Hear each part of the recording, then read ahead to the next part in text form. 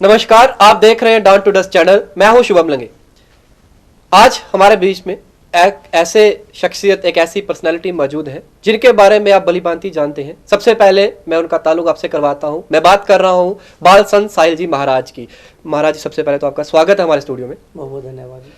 मैं दर्शकों को बताना चाहूंगा, आप तो ऑलरेडी जानते हैं इनके बारे में, बट मैं अपनी तरफ से आपको बताता हूं कि बाल संत साहिल जी महाराज पौने 5 साल की आयु से भागवत पुराण की कथा लोगों को सुनाते हुए आ रहे हैं, आज तक सुना रहे हैं। उसके अलावा अगर बात करूं, बड़ी सारी कथाएं उसके बाद सप्ताह में शामिल रहते हैं। जंग ब्रिगेड के साथ, उनके साथ कंधे से कंधा मिला के उनको प्रोत्साहित करते हैं। उनके जितनी भी उनके मनोरंजन से रिलेटेड उनकी जिस भी फील्ड में रुचि रहती है उनको प्रोत्साहित करते हैं। और अगर मैं बात करूं सोशली इन्वॉल्वमेंट की, तो काफ़ी सोशली एक्टिव रहते हैं आम लोगों के बीच में भी। साहिल जी, मैं आपसे शुरुआत करता हूं और बातचीत का सिलसिला भी शुरू करता हूं। सबसे पहले बात करते हैं हाल ही में भारतीय मोदी आर्मी, आप उसके जम्मू प्रदेश की अगर बात करें, उसके प्रेसिडेंट हैं। सबसे पहले उसके लिए तो आपको हार्दिक शुभकामनाएं। धन्यवाद जी। मैं लोगों, आज हमारे जम्मू कश्मीर की अगर बात करें, बड़े सारे लोग हैं जो इस ऑर्गेनाइजेशन के बारे में बड़ा कम जानते हैं, लोगों को इतना पता नहीं है अभी। मैं चाहता हूं कि आप इस ऑर्गेनाइजेशन की फॉर्मेशन, इसके फाउंडर और क्या उद्देश्य लेके इसकी फॉर्मेशन की गई, लोगों तक बताएं सर। जी, जय श्री राम हिंदुस्तान। भारतीय मोदी आर्मी, इसके राष्ट्रीय अध्यक्ष जो हैं वो हमारे डॉक्टर राजीव आहूजा जी हैं। पानीपत में उनका ऑफिस है और आज से 7 साल पहले उन्होंने इनकी नींव जो है वो रखी थी। और उनका हमेशा से लक्ष्य यही रहा कि मोदी जी के हित में काम करना और राष्ट्र हित में काम करना। और जैसे ही हमें उन्होंने आमंत्रित किया और इसके उद्देश्य जो है हमें बताए, क्योंकि हम बचपन से ही श्रीमद् भागवत महापुराण जी की सप्ताह कथा करते हुए आ रहे हैं। जो महागुरु हैं जी, भगवान श्री कृष्ण, उनकी कथाएं सुनाते हुए आ रहे हैं। तो जब हमें पता चला कि ये राष्ट्रवाद को लेकर चल रहे हैं और कट्टर राष्ट्रवादी हैं जो हिंदुत्व को बढ़ावा देते हैं, तो हमारा भी बचपन से ऐसे ही था। तो हमें अच्छा लगा और उन्होंने हमें कहा कि अगर आप बनना चाहें तो हमें खुशी होगी। तो हमने भी उनको मना नहीं किया। तो जम्मू कश्मीर में भारतीय मोदी आर्मी का कार्यक्रम जो है वो लगातार से चल रहा है। 11 मार्च को उन्होंने हमें अपॉइंट किया था और तब से लेके ड्यूरिंग कोरोना वायरस भी हम लोगों ने काफ़ी ज़्यादा काम किया। और जितनी भी हमारी टीम थी भारतीय मोदी आर्मी की, उन्होंने बहुत ज़्यादा काम किया। हम तो सिर्फ आप नाम के ही लगा लो, साथ में चल रहे थे, लेकिन उन्होंने बहुत अच्छा काम किया। जैसे कि कोरोना वायरस के दौरान लोगों में काफ़ी सारी दिक्कतें थी खाने में। उसके बाद जितने भी लोगों की काम थे, मतलब कि जो दिहाड़ी लगाने जाता था और 300 रुपये की दिहाड़ी लगा के जब वापस आता था, फिर वो अपने बच्चों का पालन पोषण करता था। जब वो दिहाड़ियाँ लगाना बंद हो गई तो उनको काफ़ी दिक्कतों का सामना करना पड़ा। उसमें भारतीय मोदी आर्मी ने अपना योगदान जो है काफ़ी अच्छे से निभाया। हाल ही में डीडीसी के चुनाव रहे पूरे प्रदेश में, फर्स्ट टाइम ये करवाए गए और काफी शांतिपूर्वक भी ये संपन्न हुए। मैं आपसे जानना चाहता हूं कि भारतीय मोदी आर्मी के नेतृत्व करते हुए आपने किस तरीके से अपना योगदान इनमें दिया। जी, हम यही कहना चाहेंगे कि डीडीसी के इलेक्शंस में भारतीय मोदी आर्मी के जितने भी कार्यकर्ता थे वो सभी भारतीय जनता पार्टी के जितने भी चुनिंदा खड़े हुए थे उनको सपोर्ट कर रहे थे। और इसके अलावा कश्मीर में भी काफ़ी अच्छा काम किया है भारतीय मोदी आर्मी ने। नाम हमने अपना नहीं किया, किसी और का कर दिया, वो बात अलग है। हाल ही में अभी एक प्रोटेस्ट जो है वो बड़ा जोरों शोरों से चलाया जा रहा है, अभी तक वो सुर्खियां बने हुए नेशनल हेडलाइंस में। अगर बात करूं फार्मर प्रोटेस्ट, जो बिल पास हुआ हाल ही में, मैं जाती तौर पे जानना चाहता हूं कि बाल संत साहिल जी महाराज इस बिल को किस तरीके से, किस नजरिए से देखते हैं। देखिए, इस पे हम ये कहना चाहते हैं कि जो हमारे किसान हैं, किसानों के बिना, हमारे दादाजी वो भी एक किसान थे, हमारे नाना जी वो भी किसान थे। बाद में उन्होंने आर्म फोर्स जो है वो ज्वाइन कर ली। किसान अगर दुखी होगा तो हम लोगों को खाना पानी बंद हो जाएगा, क्योंकि वो फसल उगाते हैं, उसमें काफ़ी ज़्यादा मेहनत करते हैं, खून पसीने करते हैं। लेकिन जो हमारे राजा हैं इस देश के, माननीय प्रधानमंत्री श्री नरेंद्र भाई मोदी जी, तो उन्होंने जो बिल पास किया, यदि उनको पसंद नहीं आया तो एक तरीके से उनसे बात करते, अगर उसमें लगता कि बिल्कुल ही सही नहीं है तो हमारे मोदी साहब ज़रूर उस बिल को वापस लेते या उसमें कुछ एडिशन करते। लेकिन हमें लगता है कि जो हमारी सरकार है, ख़ास करके हमारे मोदी साहब, क्योंकि हमने अपनी आयु में 24-25 वर्ष की हमारी आयु हो गई है, हमने ऐसे प्रधानमंत्री नहीं देखे। और हमें लगता है काफ़ी सारे हमारे लोग जिन्होंने ऐसे प्रधानमंत्री आज तक नहीं देखे होंगे, तो अगर उन्होंने ये फैसला लिया तो सोच समझ कर ही लिया होगा। तो हमें नहीं लगता कि इसमें कुछ उन्होंने गलत किया होगा। और बालसन साहिल जी महाराज की अगर बात करें, पौने 5 साल की आयु में श्री भगवत कुरान की आप कथा लोगों को सुनाते आ रहे थे और आज तक सुना रहे हैं। फैमिली किस नजरिए से देखती थी? और आज, पहले तो कुछ चुनिंदा फैमिली के लोग आपको पसंद करते थे, प्यार करते थे, आज पूरे जम्मू प्रदेश की अगर बात करें, बाहर से भी, हमारे प्रदेश के बाहर से भी लोग आपको इतना प्यार, इतनी ब्लेसिंग्स देते हैं, इतने साथ जुड़े हैं, इसको किस नजरिए से देखते हैं आप?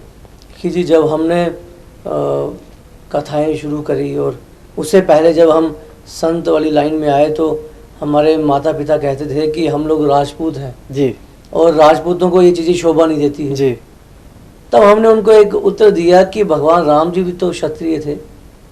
जब भगवान राम क्षत्रिय के घर में जन्म ले सकते हैं तो मैं क्षत्रिय होके भगवान का दास क्यों नहीं बन सकता? तो इसमें पहले तो उनकी तरफ से कोई योगदान नहीं था, लेकिन एक वक्त जब आया कि जब हमारी जो हट देख के उन्होंने फैसला लिया कि ये अपनी हट से पीछे होने वाला नहीं है, क्योंकि उनको ये लगा कि खून तो राजपूतों का ही है, पीछे नहीं हटेगा। तो हमने ये लाइन जो है वो पकड़ के रखी और आज लोगों ने जो हमें प्यार दिया और उनका जो आशीर्वाद हमें मिलता रहा है, हमेशा से अभी तक मिल रहा है, उससे हमें काफ़ी प्रसन्नता है और हमें लगता है कि मैं बहुत खुशनसीब हूँ कि हमें इतने लोगों का प्यार जो है वो मिल रहा है। आप भी युवा हैं और युवाओं की बात करते हैं। बचपन में हम साथ ही स्कूल में भी पढ़ाई करते थे और आप मेरे सीनियर रहे वहां पे। हट की बात करी आपने तो हट से एक बात याद आई मेरे को कि बचपन में स्कूल में मैं आपको देखा करता था तो उस टाइम पे भी आप काफी हट्टी थे और आपकी हट इस तरीके रहती थी कि यहाँ जो चीज करनी है उसको करना है आपने। टीचर्स भी इस तरीके के बोलते थे कि ये लड़का जो है ये अपनी हट मनवा के रहता है हम सबसे। तो वो उस टाइम पे भी स्पोर्ट्स एक्टिविटीज में आप बड़े इन्वॉल्व रहते थे, कहीं भी कोई चीज मिलती थी आगे हो जाते थे। आज भी आप स्पोर्ट्स में काफी रुचि रखते हैं। हाल ही में देखा गया नेशनल प्लेयर हमारे कबड्डी के, आप वहां पे हरियाणा में उनके आपको बुलाया गया, आप उनके पास भी गए। सो अभी मैं जानना चाहता हूँ, बड़े सारे युवा भी हमें देख रहे हैं, बड़े सारे युवा जो है अपने रास्ते से भटक चुके हैं, कोई नशे की तरफ, कोई गलत संगत में पड़ चुके हैं, उनके लिए आपका क्या संदेश है? और वो भी जानना चाहते हैं कि बालसन साहिल जी महाराज जो है स्पोर्ट्स को किस तरह अपनी लाइफ में जो है वो लेते हैं। आपने बहुत अच्छा सवाल किया। हमारा जो आज का यूथ है वो कहीं ना कहीं नशों की तरफ ज़्यादा बढ़ रहा है, लेकिन ऐसा नहीं है कि हमारे जम्मू में स्पोर्ट्समैन नहीं हैं। बहुत अच्छे अच्छे स्पोर्ट्स हैं और स्पोर्ट्समैन भी हैं, जैसे कि हमारे एसएसपी श्री दुष्यंत शर्मा जी, वो रेसलर रहे हैं और काफ़ी अच्छे रेसलर थे। और हमें लगता है कि आज भी वो आज की जो रेसलर हैं हमारे जम्मू में, उनको नहीं मानेंगे अगर उनके साथ कुश्ती की जाए। जी, हम हाल ही में हरियाणा में गए हुए थे तो वहाँ पे हमारी मुलाकात हुई जो कबड्डी के इंडिया टीम के प्लेयर हैं मोहित चिल्लर जी, और भी काफ़ी सारे प्लेयर वहाँ पर थे। तो हमारा डिस्कशन ये चल रहा था कि हमारे जम्मू में कुश्ती के प्लेयर बहुत कम हैं, मतलब कि यहाँ पे लड़के हैं कुश्ती जो करते हैं लेकिन कभी मेडल नहीं ला पाते हैं। जी। आपके चैनल के माध्यम से जितना भी यूथ आज हमें सुन रहा है, हम उनसे एक प्रार्थना करते हैं कि आप स्पोर्ट्स की तरफ आएं, रेसलिंग की तरफ, और उसमें जितना भी योगदान हमारी तरफ से रहेगा हम पूरा करने का प्रयास करेंगे। और हमने जो हमारी कबड्डी टीम के प्लेयर हैं मोहित चिल्लर जी, उनसे बात करी है कि भजन पुनिया जो हमारे ओलंपिक के गोल्ड मेडलिस्ट हैं जी, उनसे बात की जाए और उनसे मुलाकात करके क्यों एक ऐसी मुहिम चलाई जाए ताकि हमारे बच्चों को भी एक अच्छा प्लेटफॉर्म मिले रेसलिंग में। और हमारे बच्चे अगर स्पोर्ट्समैन बनते हैं तो वो नशों से दूर होंगे और जम्मू कश्मीर का नाम और हिंदुस्तान का नाम रोशन करेंगे। खेलों की बात करी जहां तक, और जम्मू कश्मीर में एक अमूमन दिक्कतों का सामना युवा ब्रिगेड को करना पड़ता है, और हाल ही में देखा गया कि जब भी कोई स्पोर्ट्स प्लेयर या कोई कल्चरल एक्टिविटीज में इन्वॉल्व होता है कोई पर्सन जम्मू कश्मीर से, जब वो रिप्रेजेंट करता है स्टेट को, तो उस टाइम पे इंफ्रास्ट्रक्चर उसको दिया नहीं जाता, सहूलियतें उसको दी नहीं जाती, उसकी मदद की नहीं जाती। जैसे ही वो इंसान जीत कर जहाँ कोई मेडल लेके वापस आता है अपने प्रदेश में, तो एडमिनिस्ट्रेशन ढोल तमाचों के साथ खड़ा हो जाता है कि वाह वाह आपने बड़ा अच्छा किया। उस समय तो सराहा जाता है, लेकिन उसको जो बुनियादी सहूलतें दी जानी चाहिए वो नहीं दी जाती। इस पे कैसे देखते हैं? देखिए, इस पे आप जानते होंगे सूर्य भानु प्रताप सिंह, जिन्होंने वुशु में एशियन गेम में मेडल लाया। जी। तो हमारे जम्मू कश्मीर का पहला बच्चा ऐसा है जिसने एशियन गेम में मेडल लाया है वुशु में। तो जब वो आए, आपने सही कहा कि पूरा एडमिनिस्ट्रेशन इकट्ठा हो गया और ढोल और बाजों के साथ उनका स्वागत किया गया। जी जी। और फिर वहाँ पे गवर्नर साहब ने ये भी कहा, सत्यपाल मलिक जी ने, कि हम आपको एज ए डीएसपी अपॉइंट करेंगे। तो रिकमेंड कर दिया, लेकिन अभी तक डीएसपी छोड़िए, उनको इंस्पेक्टर तक भी नहीं लगाया। तो ये क्या है? जो इस लेवल का स्पोर्ट्समैन, अगर उसको नौकरी नहीं मिली तो जो नेशनल मेडल लेके आएंगे उनको नौकरी कहाँ मिलेगी? ये तो सिर्फ बातें ही रहेगी। हमें तो ये भी समझ नहीं आती कि अगर इस लेवल का आदमी, मतलब कि एज ए गवर्नर ये कहते हैं कि हम इनको डीएसपी जो है वो अपॉइंट करेंगे, उन्होंने रिकमेंड कर दिया, तो आज तक उनको इंस्पेक्टर की नौकरी भी नहीं मिली, सब इंस्पेक्टर की नौकरी भी नहीं मिली, तो फिर विश्वास किस पर किया जाएगा? हम कैसे कहेंगे कि आप स्पोर्ट्समैन बनिए तो हमारा एडमिनिस्ट्रेशन जो है आपके साथ बहुत अच्छे से व्यवहार करेगा और आपको अच्छी पोस्ट पे बिठाएगा? मैं जानना चाहता हूँ कि अभी आप जिस जो लिस्ट लाइन पे आप चल रहे हैं, साधु संत सूफियाना की अगर मैं बात करूँ, तो मैं जानना चाहता हूँ कि आम लोग जो भी रहते हैं, जो इस लाइन में जाना चाहते हैं, जहाँ रुचि रखते हैं, जहाँ मानते हैं, अपनी आस्था रखते हैं, इन लोगों का, आम लोगों की लाइफ में क्या रोल रहता है, क्या महत्व रहता है? देखिए, जो हमारे संत फकीर हैं, कहते हैं ना कि तू फकीरा तू जिंदगी च रख ने बैन खलोन, कि जद तू दुनिया च आवे लोकी तैनू हंसन, ते जद तू दुनिया तू जावे ते लोकी तैनू रोन। उसे कहते हैं फकीर जी। तो फकीरों को और संतों को हमारे लोग बहुत मानते हैं, और हमारे लोगों की आस्था जो है वो संतों और फकीरों के साथ जुड़ी रहती है। और हमारे हिंदुस्तान का जो कल्चर है, आप भली भांति जानते हैं, हम लोगों ने हर एक धर्म को अपनाया है। स्वामी विवेकानंद जी भी कहते थे कि कोई भी धर्म अगर हमारी शरण में आया है तो हमने उनको अपनी शरण में लिया है और उनको अपने गले से लगाया है और उनको पूरा मान सम्मान दिया है। हमारे धर्म में कहीं भी ये नहीं लिखा कि आप दूसरे धर्म का विरोध करें या उनके खिलाफ बात करें। हाल ही में जैसे आपने भी बात करी और संत साधु संतों की बात करें, तो राजनीति की बात करते हैं। राजनीतिक गलियारों में देखा गया कि बड़े सारे साधु संत हमारे राजनीति में आए और मेंबर पार्लियामेंट का हिस्सा भी रहे। मैं जानना चाहता हूं कि किस हद तक ये सही है और किस हद तक सही नहीं है कि एक अपनी लाइन से छोड़कर राजनीति में आना। देखिए, लाइन नहीं छोड़ी। अभी हमारे योगी आदित्यनाथ जी चीफ मिनिस्टर हैं उत्तर प्रदेश के, तो उन्होंने अपनी संत वाली लाइन थोड़ी ना छोड़ दी। एक मजबूरी बन गई सत्ता में आने के लिए, क्योंकि पहले जब कोई हमारे जो राजा महाराजा हुआ करते थे, जब उनसे किसी मुसीबत का समाधान नहीं होता था तो संतों और ऋषि मुनियों के पास ही जाते थे। तो अभी वक्त ऐसा आ गया, अभी जब देखा कि भगने वालों को आगे आना चाहिए, तो योगी जी ने एक स्टेप लिया, वो आगे आए। और हमारे जैसे हमारे योगी बालकनाथ जी हैं, साध्वी प्रज्ञा जी हैं, ऐसे काफ़ी हमारे संत जो हैं वो आज सत्ता में हैं। संत यहाँ पर होगा, अगर उसके पास गरीब जाएगा ना तो वो समझ आएंगे कि ये गरीब है और इसकी ज़रूरत जो ये हमें अपना दुख जो सुना रहा है, बिल्कुल सही सुना रहा है, वो सुनेगा। आजकल के हमारे नेता ऐसे हैं, वो अपनी चेयर पे बैठे होते हैं, अपनी कुर्सी पे लात रख के, कोई गरीब आया उसकी सुनते ही नहीं है। हाँ भाई हो गया, चले जाओ अभी। लेकिन अगर कोई अच्छी पर्सनैलिटी के साथ पैंट कोट डाल के आपकी तरह बाबू आ गया तो उसकी अच्छे से रिस्पेक्ट भी करेंगे। और अगर कोई टैची देने वाला आ गया जिसमें पैसा होगा, क्या बात है, उनसे तो अकेले में बात करेंगे और उनके सारे काम भी होंगे। हाल ही में हमारे गांव की बात है, धनवाल हमारा गांव है जोड़ियाँ से आगे जी। तो वहाँ पे कुछ लोगों ने जो काम करवाया हुआ गलियों का, सड़कों का, गांव के लोगों को दिया हुआ, 1.5 साल हो गया, अभी तक पैसे नहीं मिले उनको। शौचालय बनाए हुए हैं, जो मोदी साहब की योजना थी, अभी तक उनको पैसे नहीं मिले हुए, बाथरूम बना दिए हुए हैं। तो इस पे हमारे जो नेतागण वहाँ पर बैठे हुए हैं वो क्या देख रहे हैं? जब वो उनके पास जाते हैं तो वो कहते हैं अभी पैसा नहीं है। तो जब पैसा था तब क्यों नहीं मिला उनको? तो इस पे भी हम कहेंगे कि हमारे नेताओं को थोड़ा सोचना और समझना चाहिए कि अभी ये नहीं सोचते हैं, ना ही समझते हैं, फिर संतों को मजबूरी से आगे आना पड़ता है। इसी से जुड़ा हुआ एक सवाल है वो, और मैं चाहता हूं कि आप इसका भी उत्तर जरूर दें दर्शकों को, कि आने वाले समय में जो भारतीय मोदी आर्मी है, it is a non political organisation. आने वाले समय में बाल साहिल जी महाराज जो है वो हमें पॉलिटिकल गलियारों में मिल सकते हैं? देखिए, अभी तक तो हमारा कुछ ऐसा है नहीं कि हमें सत्ता में आना है, लेकिन अगर ज़रूरत पड़ी, अगर लोगों ने कहा हमें आने के लिए कि आपकी ज़रूरत है, तो हम पीछे भी नहीं हटेंगे जी।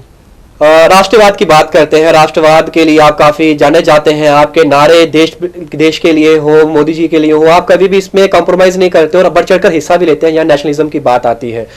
मैं एक बात जानना चाहता हूं कि 2 हादसे आपके साथ हुए, एक तो 14 अगस्त 2020 का और एक 6 अक्टूबर 2020 का। 2 थ्रेट कॉलें आपको आती हैं और उस थ्रेट कॉल में एक का समय 10:28 में रहता है रात का, और आपको बोला जाता है कि आप बड़े नारे लगाते हैं, भारत जिंदाबाद के, हिंदुस्तान जिंदाबाद के और मोदी के नारे लगाते हैं और पाकिस्तान मुर्दाबाद के नारे लगाते हैं। वो तो ठीक है, बड़ा पाकिस्तान मुर्दाबाद के नारे लगाते हैं, इसका आपका खमियाजा भुगतना पड़ सकता है। और हमारे बड़े सारे बंदे हैं जो आपके ऊपर नजर बनाए हुए हैं, और ये कॉल आपको जहां तक बोला गया पता चला कि पाकिस्तान से था, ऑपरेट वहां से हुआ था।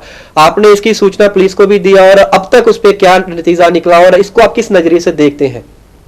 देखिए, हम राष्ट्रवादी हैं, थे और हमेशा से रहेंगे, क्योंकि हमारा सारा परिवार ही राष्ट्रवादी है। हमारे फादर जो है वो इंडियन आर्मी में थे जी। जब हमें ये थ्रेट कॉल आई तो हमें डर नहीं लगा, क्योंकि इनकी गीदड़ धमकियों से हम डरने वाले तो हैं नहीं। लेकिन इसकी सूचना जब 14 अगस्त को रात को हमें थ्रेट कॉल आई तो हमें नहीं पता ये कहाँ का नंबर है। तो हमने इसकी सूचना कंसर्न चौकी पर दी, पोनीचक में। तो अगले दिन हमें पता चला कि ये नंबर जो है वो पाकिस्तान से था। उसके बाद फिर 6 अक्टूबर को हमें थ्रेट कॉल आई, उसकी सूचना भी हमने पुलिस को दी। पुलिस की तरफ से CID वेरिफिकेशन हो रही है, सब चल रहा है, लेकिन अभी तक पुलिस की तरफ से हमें कोई प्रोटेक्शन नहीं मिली है और ना ही उनकी तरफ से कोई संज्ञान हमें दिया गया है कि ये कॉल कहाँ से आई, कितना खतरा हो सकता है, वे हमें आगे क्या करना है। अभी तक पुलिस की तरफ से हमें कुछ भी ऐसा जो है मदद जो है वो नहीं मिली। लेकिन ये तो एक कसम से अगर बात करें तो राजनीति की तो अलग बात रही, लेकिन इंटेलिजेंस ये रहता है उसमें भी काफी सारा लिखा है, ड्रॉबैक रह रहा है, क्योंकि एक बाहरली कंट्री से अगर एक ऐसे इंसान को कॉल आ जाए जिसका कोई ताल्लुक ही नहीं राजनीति से, फिर भी उसको कॉल आता है, थ्रेटन किया जाता है, इसको आप किस नजरिए से देखते हैं? और इंटेलिजेंस हमारा फेलियर कहाँ कहाँ रह रहा है? हमारी एजेंसियां फेलियर तो हम उन्हें नहीं कह सकते हैं, उनकी हमारी ऐसी ऐसी एजेंसियां हैं भारत की, काफ़ी स्ट्रांग हैं। तो हमने ये उनसे एक रिक्वेस्ट भी करी थी एडमिनिस्ट्रेशन से कि हमारा नंबर पाकिस्तान में कैसे गया।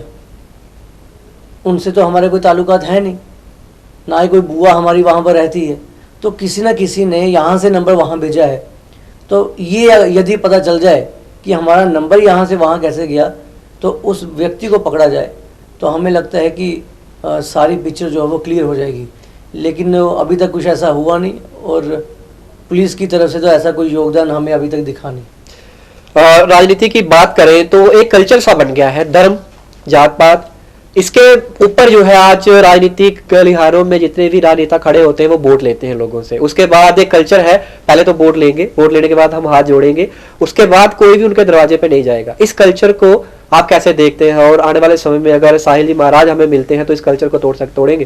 बिल्कुल, देखिए हम तो ये कहेंगे कि जो एक MLA होता है वो एक राजा के समान होता है। तो जिस राजा की प्रजा उसके राज्य में दुखी रहे, ये गीता में लिखा हुआ है, भगवान श्री कृष्ण स्वयं कहते हैं। जिस राजा की प्रजा उसके राज्य में दुखी रहे वो राजा नर्क के अधिकारी होता है। तो ये सब जानते हुए भी ये लोग लोगों को धुतकारते हैं। जैसे कि आपने सही सवाल पूछा, इनके घर चले जाओ, ऐसे जब हमारे लोग जाते हैं तो जी मंत्री साहब सोए हुए हैं, एमएलए साहब सोए हुए हैं, जहाँ मीटिंग में हैं, तो चाहे वो अंदर गेम ही खेल रहे हो, जैसे आजकल पबजी गेम चल रही है, हमने कुछ नेता देखे पबजी गेम खेल रहे होते हैं, तो लेकिन अगर बाहर से कोई मैसेज आया तो कहते हैं नहीं हम नेताजी मीटिंग में बैठे हुए हैं। भाई कौन सी मीटिंग चल रही है पबजी में? तो ऐसे लोग अगर सत्ता में रहेंगे तो वो और लोगों का भला कहाँ करेंगे? हमें नहीं लगता कि ये लोग भला कर पाएंगे। और रही दरवाज़ों की बात, जम्मू कश्मीर में भी भगमों वालों की ज़रूरत है। और मैं तो आपके चैनल के माध्यम से अपने संतों को ये कहना चाहता हूँ कि अब सब इकट्ठा हो जाइए, क्योंकि अभी ज़रूरत है हम सबको इकट्ठा होने की। और प्रयास कीजिए कि सेक्टर में भगमे वाले ही ज़्यादा दिखें ताकि गरीबों का भला हो सके। आपने गरीबों की बात करी तो कोरोना का दौर चला और पूरे साल जो है इस महामारी से पूरा विश्व जो है इसकी चपेट में रहा और हमने अपनों को बड़ी सारी जानों को खोया भी। मैं आपसे जानना चाहता हूँ आखिर में ये छोटा सा ही सवाल है कि कोरोना के दौर में जिस तरीके का इंफ्रास्ट्रक्चर और देखा गया कि हमारे अपने जो गरीब लोग थे जब वो इनको पॉजिटिव हुए और वो हॉस्पिटल में जाते हैं उस तरीके का ट्रीटमेंट उनको दिया नहीं गया और जितने वीआईपी रहे वो खुद गवर्नमेंट हॉस्पिटल में ना जाकर प्राइवेट हॉस्पिटल में जाकर ट्रीटमेंट करवाते हुए दिखाई दिए। इसको किस नजरिए से देखते हैं? क्योंकि वही राजनयिक, वही अगर विधायक की बात करूं, वही एडमिनिस्ट्रेशन, वही वीआईपी लोगों का बोर्ड लेकर लोगों को बोलते हैं कि हम आपके लिए इतना इंफ्रास्ट्रक्चर इस तरीके की सहूलतें दे रहे हैं, आपको गवर्नमेंट में जाइए, बच्चों को पढ़ाइए, इस तरीके से जाइए। जब मुसीबत आती है तो खुद उस तरीके से भागकर प्राइवेट में जाते हैं ताकि गवर्नमेंट पे विश्वास नहीं है उनको। इसको किस तरीके से देखते हैं? भैया इतना पैसा उन्होंने कमाया वो कहाँ लगाना है? वो क्यों जाएंगे गवर्नमेंट हॉस्पिटल में? क्योंकि वो भली भांति जानते हैं कि गवर्नमेंट हॉस्पिटल में जो फैसिलिटी मिलती है, जो इन्होंने जब ये मंत्री भी रहे, जब ये एमएलए भी रहे, इन्होंने वहाँ पर किस तरह का काम करवाया हुआ है, और ये भी जानते हैं कि वहाँ पर ट्रीटमेंट हम लोगों को कैसा मिलेगा। इसलिए ये लोग वहाँ नहीं जाते। गरीब लोग जो हैं वो हमारे वहाँ पे खजल होते रहे, मरे जिए, उससे इन लोगों को कोई मतलब नहीं है। ऐसा नहीं है कि हमारे जो डॉक्टर्स हैं वो काबिल नहीं हैं। जम्मू कश्मीर के डॉक्टरों का कोई मुकाबला नहीं है, इंटेलिजेंट डॉक्टर हैं, लेकिन कुछ ऐसी सुविधाएं जो हैं, जैसे अब कुछ ऐसी मशीनें होती हैं वो उनको नहीं मिल पाती हैं, जहाँ फिर गवर्नमेंट की तरफ से उनको कुछ कमियां रहती हैं, जिसकी वजह से हमारे जितने भी लोग वहाँ पर जाते हैं उनको अच्छे से सुविधाएं वो नहीं दे पाते हैं। लेकिन हमने एक चीज़ देखी है, जम्मू के हॉस्पिटल में, जम्मू कश्मीर के हॉस्पिटल में जो डॉक्टर्स हैं वो केयरिंग हैं, और केयरिंग होना बहुत ज़्यादा ज़रूरी है। ये हम उनकी इस बात की दाद देते हैं। और रही एमएलएओं की बात, ये तो नहीं जाएंगे, उनको पैसा कमाया हुआ है तो कहाँ छोड़ेंगे वो पैसा। और हमारे यूथ को इस्तेमाल करते हैं कहाँ पे? अपनी रैलीज़ में जी, ये रैलियाँ निकालते हैं, वहाँ पे हमारे यूथ जाते हैं, इनके नाम के नारे लगाते हैं और यूथ को कहते हैं हमारे इर्द गिर्द ही रहना। जब कोई मीडिया वाले फ़ोटो भी खींचते हैं जी, क्यों? उससे इनकी शोभा बढ़ेगी, दिल्ली में मैसेज इनके लिए अच्छा जाएगा कि इनके साथ तो बहुत ज़्यादा यूथ है, बहुत ज़्यादा लोग हैं। लेकिन वही यूथ हमारा जब इनके पास कोई काम लेने को जाता है तो ये उनकी बात नहीं सुनते, उनको धुतकार देते हैं।